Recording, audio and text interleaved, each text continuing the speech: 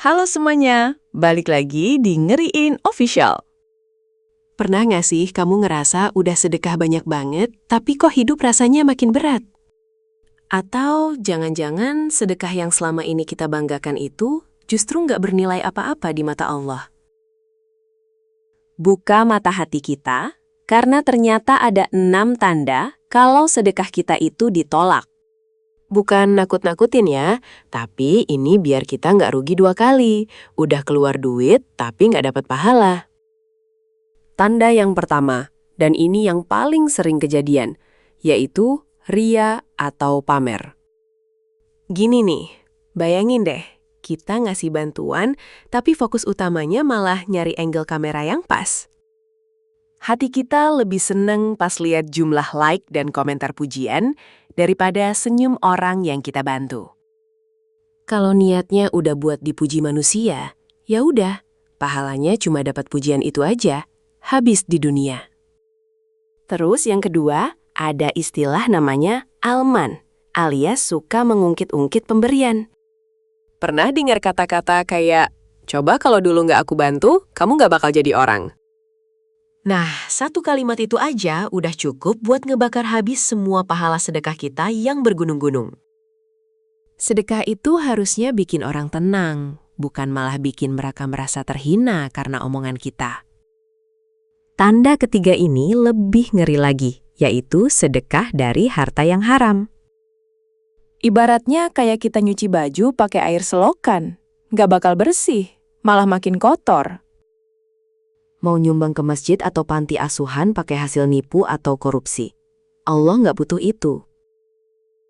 Allah itu maha baik, dan beliau cuma nerima hal-hal yang baik dan halal saja. Lanjut yang keempat, yaitu ngasih barang yang kita sendiri udah nggak suka atau udah rusak. Sering kan kita bilang, daripada dibuang mending buat orang miskin aja. Padahal barangnya udah nggak layak. Padahal kunci sedekah yang benar itu adalah memberikan apa yang paling kita cintai. Kalau kamu sendiri ogah pakai barang itu, jangan harap Allah bakal ngasih pahala spesial buat pemberian itu. Tanda kelima, sedekah yang dibarengi dengan rasa sombong dan merendahkan si penerima. Mungkin kita nggak ngomong apa-apa, tapi di dalam hati kita ngerasa lebih tinggi derajatnya dari mereka. Padahal sejatinya, kitalah yang butuh mereka, supaya pahala kita bisa ngalir. Sombong itu kayak racun. Dikit aja masuk ke niat sedekah, langsung rusak semuanya.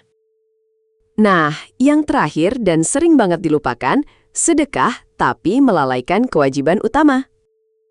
Gaya-gayaan sedekah keluar jutaan rupiah, tapi utang sendiri nggak dibayar-bayar. Atau sibuk nyumbang ke sana kemari, tapi anak istri di rumah malah kekurangan makan. Sedekah yang paling utama itu adalah buat keluarga terdekat dulu, baru orang lain. Jangan sampai kita ngejar sunnah, tapi malah nabrak yang wajib. Itu namanya salah kaprah. Dari 6 tanda tadi, coba jujur sama diri sendiri. Ada nggak yang pernah kita lakuin? Wajar kok kalau kita pernah salah. Yang nggak wajar itu kalau kita udah tahu tapi tetap lanjut. Sekarang, yuk kita ubah cara main kita dalam bersedekah. Rahasia sedekah yang pasti diterima itu simpel, yaitu sembunyi-sembunyi dan ikhlas. Kayak pepatah, tangan kanan memberi, tangan kiri jangan sampai tahu. Rasain deh bedanya. Sedekah tanpa posting di medsos itu rasanya jauh lebih tenang di hati. Sedekah itu bukan tentang seberapa besar nominalnya, tapi seberapa besar ketulusannya. Kalau kita udah bener cara sedekahnya, percaya deh, Allah bakal ganti dari jalan yang nggak disangka-sangka. Bisa jadi lewat kesehatan, keluarga yang rukun, atau peluang bisnis yang tiba-tiba datang.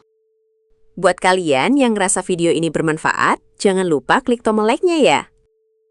Coba tulis di kolom komentar, apa tantangan terberat kamu buat tetap ikhlas pas lagi sedekah?